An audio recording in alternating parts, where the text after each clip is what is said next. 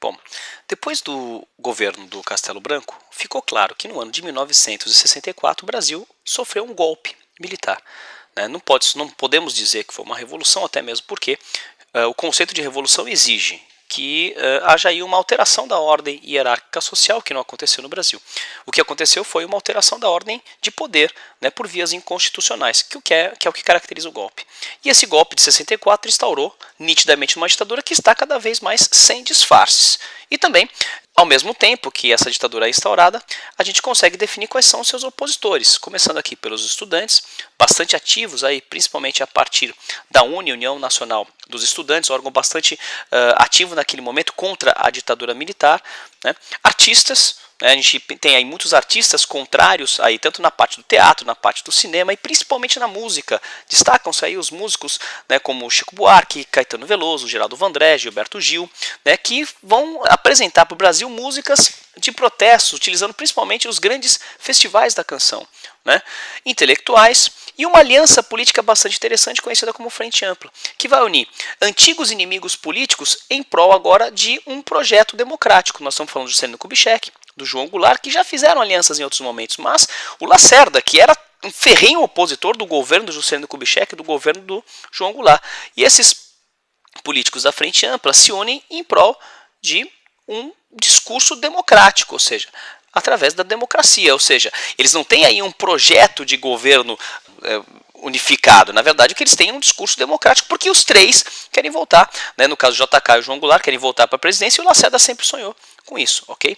A ditadura militar, por sua vez, também vai ter as suas armas, o Serviço Nacional de Informação, o DOI-CODE, a Divisão de Operações e Informações, Centro de Operações de Defesa Interna e a censura, principalmente contra os artistas e contra os intelectuais. Okay? E desde o início aí da ditadura militar a gente percebe que essa repressão está sendo montada. E agora, no governo do presidente Costa e Silva, esse que está aqui nessa foto, Costa e Silva, essa repressão fica mais clara. Okay? E por que fica mais clara? Porque a oposição está cada vez mais clara, principalmente no ano de 1968, quando ele vai assumir de fato a cadeira da presidência da República, onde fica até 69, daqui a pouco a gente fala sobre isso.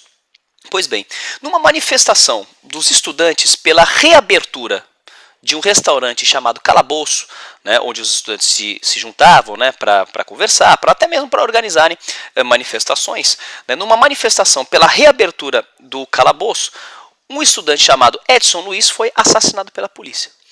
O assassinato do Edson Luiz vai acabar fazendo com que os ânimos da oposição fiquem mais radicais contra o governo. Isso tudo vai gerar, evidentemente, uma série de manifestações.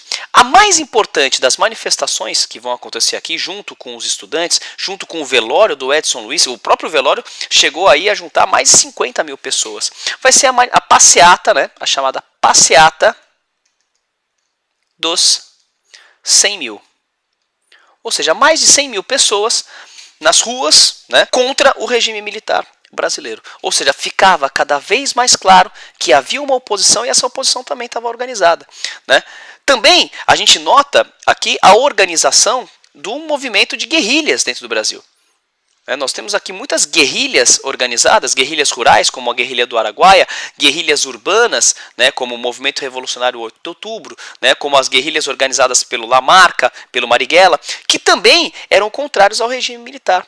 Ou seja, diversos atentados eram feitos pelas guerrilhas contra o regime militar no Brasil.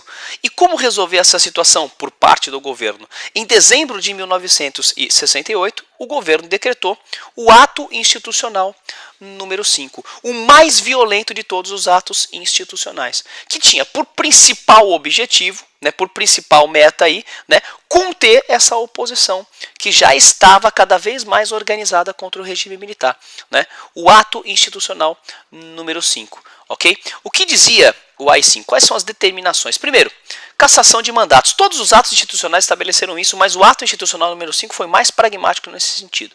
né? Fechamento do Congresso Nacional por tempo indeterminado. A partir de agora, todo o poder está concentrado no Poder Executivo. Ou seja, há uma máxima centralização político-administrativa aqui. Okay? O que deixa cada vez mais claro o regime ditatorial. Né? Centralização política, portanto. A gente tem aí o fim dos direitos e liberdades constitucionais individuais. Né? Ou seja, o direito, por exemplo, de ficar em casa e ter a garantia de que ninguém vai invadir a sua casa sem um mandato, não existe mais. Ou seja, os órgãos repressores estão cada vez mais fortes dentro desse cenário do ato institucional número 5. Okay? Fortalecimento das instituições repressoras, do SNI, do DOI-CODE, da censura, né? E o que é mais interessante, fim do habeas corpus para delitos políticos. O habeas corpus é o direito, até mesmo a partir de um princípio internacional, de que as pessoas têm de estarem livres. Ou seja, todo mundo é inocente até que se prove o contrário. Né? A partir do momento que o ato institucional revoga, né, o habeas corpus para delitos políticos, então significa que o regime militar, a ditadura militar, pode condenar qualquer indivíduo sem um julgamento justo. Né? Ou seja, a gente tem aqui, então, uma repressão gigantesca, ou seja, como se estivesse acontecendo um golpe dentro do golpe aqui no Brasil. Ok, pessoas?